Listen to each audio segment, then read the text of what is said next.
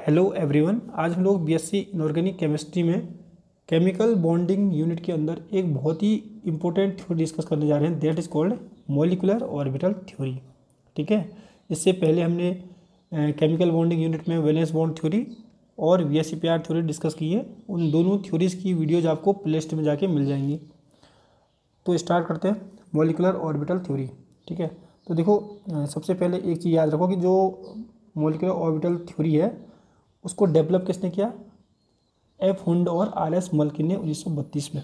ठीक है, तो स्टार्ट करते हैं postulates of molecular orbital theory.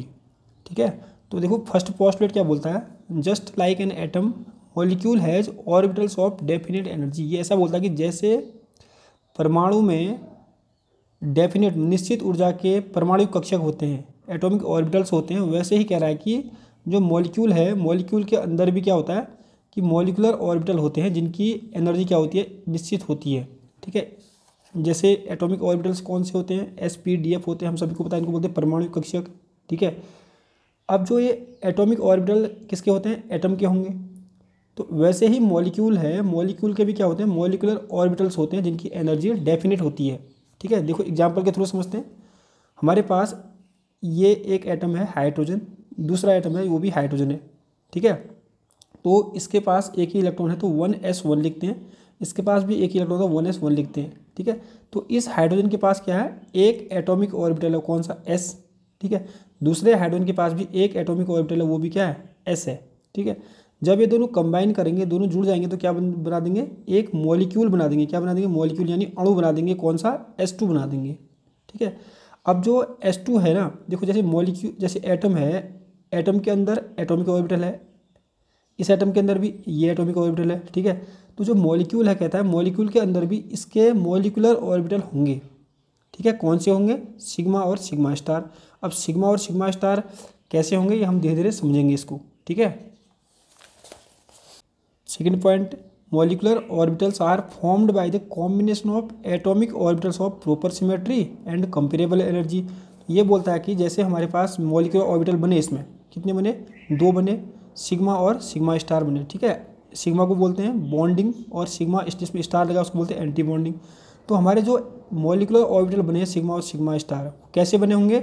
जब एटॉमिक ऑर्बिटल ने कंबाइन किया होगा। एटॉमिक ऑर्बिटल कैसे वाले एटॉमिक ऑर्बिटल कंबाइन करनी चाहिए? जिनकी एनर्जी कंपेरेबल हो। कंपेरेबल समझ रहे हो ना, मतलब कि लगभग समान हो। ठीक है, अगर ऐसे एटॉमिक ऑर्बिटल जिनकी एनर्जी लगभग समान हो तो उनसे ही क्या होते हैं? मॉलिक्यूलर ऑर्बिटल बनते हैं। ठीक है, ऐसा ही यहाँ पर सेकंड पोस्टुलेट बोलता है। ठीक है, थर्ड में क्या लिखा है? An electron in molecular orbitals are under the influence of 2 or more nuclei. ये बोलता है कि जो मॉलिक्यूलर ऑर्बिटल में इलेक्ट्रॉन्स होंगे वो 2 या 2 से ज़्यादा न्यूक्लियस यानी केंद्रक के प्रभाव में होंगे। जैसे देखो हमारे पास ये हमने क्या बना दिया? सिग्मा 1s बना दिया ना, सिग्मा 1s है, इसमें कितने इलेक्ट्रॉन हैं? 2 इलेक्ट्रॉन है भाई। एक इलेक्ट्रॉन कहाँ से है? इस हाइड्रोजन से। एक ये हाइड्रोजन का है। ठीक है, एक हाइड्रोजन यहाँ है, एक हाइड्रोजन यहाँ पर, ये S2 होता है। ठीक है, तो एक इलेक्ट्रॉन यहाँ से यहाँ आ गया है, यहाँ से यहाँ आ गया, तो जो 2 इलेक्ट्रॉन यहाँ पर आए हैं मॉलिक्यूलर ऑर्बिटल सिग्मा 1s में, वो इसके भी इन्फ्लुएंस में होंगे, इसके भी इन्फ्लुएंस में होंगे। कहने का मतलब है कि हमारे पास सपोज करो एक H है ये। ठीक है, एक H है तो एक 1s1 हमने लिख दिया इसको। ठीक है, जब इन दोनों ने कंबाइन किया तो कितने इलेक्ट्रॉन बने? 2 इलेक्ट्रॉन आए कि नहीं आए? बताओ, सिग्मा 1s बन गए 2, इसमें 2 इलेक्ट्रॉन आ गए। तो ये जो 2 इलेक्ट्रॉन है कह रहा है मॉलिक्यूलर ऑर्बिटल में, वो इसके भी इसके न्यूक्लियस के भी इन्फ्लुएंस में होंगे और इसके न्यूक्लियस के भी इन्फ्लुएंस में होंगे। ठीक है, तो फोर्थ पॉइंट क्या बोलता है कि the number of molecular orbitals formed are equal to the number of atomic orbital combined. ये कह रहा है कि उतने ही नंबर में मॉलिक्यूलर ऑर्बिटल बनेंगे। कितने बनेंगे? उतने ही मॉलिक्यूलर ऑर्बिटल बनेंगे जितने एटॉमिक ऑर्बिटल ने कंबाइन किया होगा, जितने एटॉमिक ऑर्बिटल जुड़े होंगे। ठीक है, देखो एग्जांपल के थ्रू समझते हैं। हमारे पास एक एटम है, ये एक एटम है हाइड्रोजन, दोनों हाइड्रोजन एटम है। ठीक है, 1s1 1s1, तो इसके कितने एटॉमिक ऑर्बिटल ने पार्टिसिपेट किया? दोनों के एक इसने। ठीक है, तो 2 एटॉमिक ऑर्बिटल कंबाइन कर रहे हैं जिससे क्या बना? मॉलिक्यूल बना। तो जो मॉलिक्यूल के अंदर जो मॉलिक्यूलर ऑर्बिटल यानी आणविक कक्षक होंगे वो भी 2 ही होंगे। कौन से? सिग्मा और सिग्मा स्टार। समझ रहे हो? तो जितने एटॉमिक ऑर्बिटल कंबाइन करेंगे, सपोज करो हमारे पास 3 या 6 एटॉमिक ऑर्बिटल कंबाइन कर रहे हैं। कितने कर रहे हैं? 6 एटॉमिक ऑर्बिटल कंबाइन कर रहे हैं, तो 6 ही मॉलिकुलर ऑर्बिटल होंगे।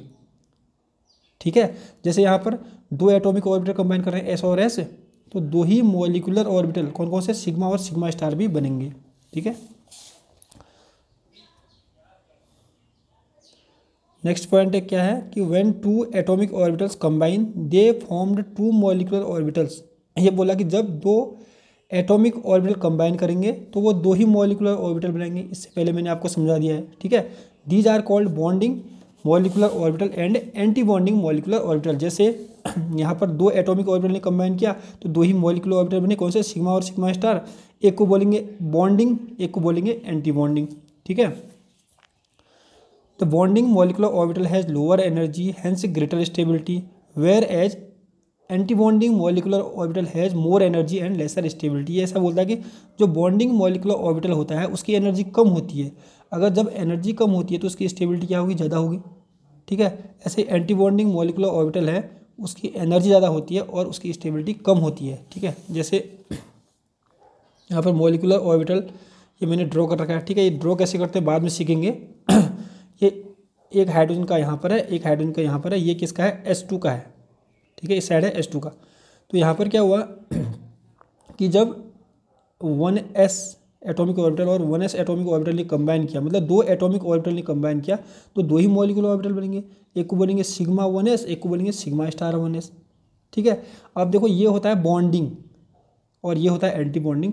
तो आप देखो कि एनर्जी ज़्यादा किसकी है? एनर्जी हमेशा जो मतलब एंटी बॉन्डिंग जो मॉलिकुलर ऑर्बिटल होता है उसकी एनर्जी ज़्यादा होती है। देख रहे हो, बढ़ता हुआ क्रम है। ठीक है, और जो ये बॉन्डिंग मॉलिकुलर ऑर्बिटल है इसकी एनर्जी क्या होती है? कम होती है। तो अगर जिसकी एनर्जी कम होती है तो उसकी स्टेबिलिटी ज़्यादा होती है और इसकी स्टेबिलिटी कम होती है। ठीक है, तो नेक्स्ट पोस्टुलेट क्या है? The electrons in molecular orbitals are filled in accordance with aufbau principle, Pauli exclusion principle and Hund rule. ठीक है, तो जो मॉलिकुलर ऑर्बिटल में जो इलेक्ट्रॉन भरेंगे कहता है वो अबाउ नियम के अनुसार भरेंगे। ठीक है, पाउली नियम के अनुसार भरेंगे और हुंड के नियम के अनुसार भरेंगे।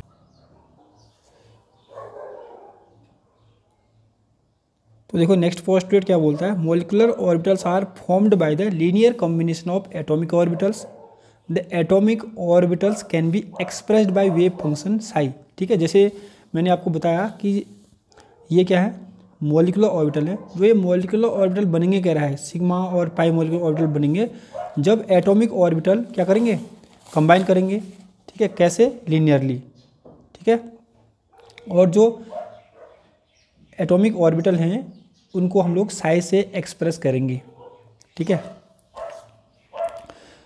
देखो जैसे हमारे पास जो एटॉमिक ऑर्बिटल हैं वो 2 टाइप से कंबाइन कर सकते हैं और हमको पता है कि जो एटॉमिक ऑर्बिटल है उसको हम साई मान रहे हैं। ठीक है, the wave function psi for an electron of atom A and atom B will combine in 2 different ways. ठीक है, तो सपोज करो हमारे पास 2 परमाणु हैं ए और बी। ठीक है, वो कंबाइन हो रहे हैं तो वो 2 तरीके से कंबाइन कर सकते हैं। देखो जैसे हमारे पास ए एक एटम है, यहाँ पर एक बी है। ठीक है, इनके पास ऑर्बिटल्स होंगे, आपको पता है ऑर्बिटल्स होंगे, एस ऑर्बिटल भी हो सकते हैं, पी ऑर्बिटल भी हो सकते हैं। ठीक है, पर जो भी ये एटॉमिक ऑर्बिटल है ये कंबाइन करेंगे लीनियरली। ठीक है, एक को मानेंगे हम लोग साई ए, एक एटॉमिक ऑर्बिटल को हम लोग साई मानेंगे, एक एटॉमिक ऑर्बिटल को साई बी मानेंगे। ठीक है, तो ये 2 तरीके से कंबाइन कर सकते हैं। देखो कैसे कंबाइन कर सकते हैं। मैंने एक एटॉमिक ऑर्बिटल ये लिया है। ठीक है, एक एटॉमिक ऑर्बिटल ये लिया है। तो नंबर 1 जो कंबाइन का जो इनका तरीका होता है वो होता है एडिटिव ओवरलैप। इसमें क्या होता है? Bonding molecular orbitals are formed when addition of wave function takes place. तो ये बोलता है कि एडिटिव ओवरलैप क्यों बोला? कि जो एटॉमिक ऑर्बिटल कंबाइन होंगे वो क्या होंगे? एडिटिव, मतलब प्लस से प्लस या कंबाइन होंगे या माइनस से माइनस के कंबाइन होंगे, मतलब सेम साइन कंबाइन होनी चाहिए। ठीक है, तो इसको बोलते हैं एडिटिव ओवरलैप। इससे क्या होता है? बॉन्ड बन जाता है। तो क्या बोलते हैं? जो मॉलिकुलर ऑर्बिटल बना है इसको बोलते हैं बॉन्डिंग मॉलिकुलर ऑर्बिटल। ठीक है, और दूसरा तरीका होता है सब्ट्रैक्टिव ओवरलैप। तो सब्ट्रैक्टिव ओवरलैप में क्या होगा कि यहाँ पर एंटी बॉन्डिंग मॉलिकुलर ऑर्बिटल्स बनेंगे।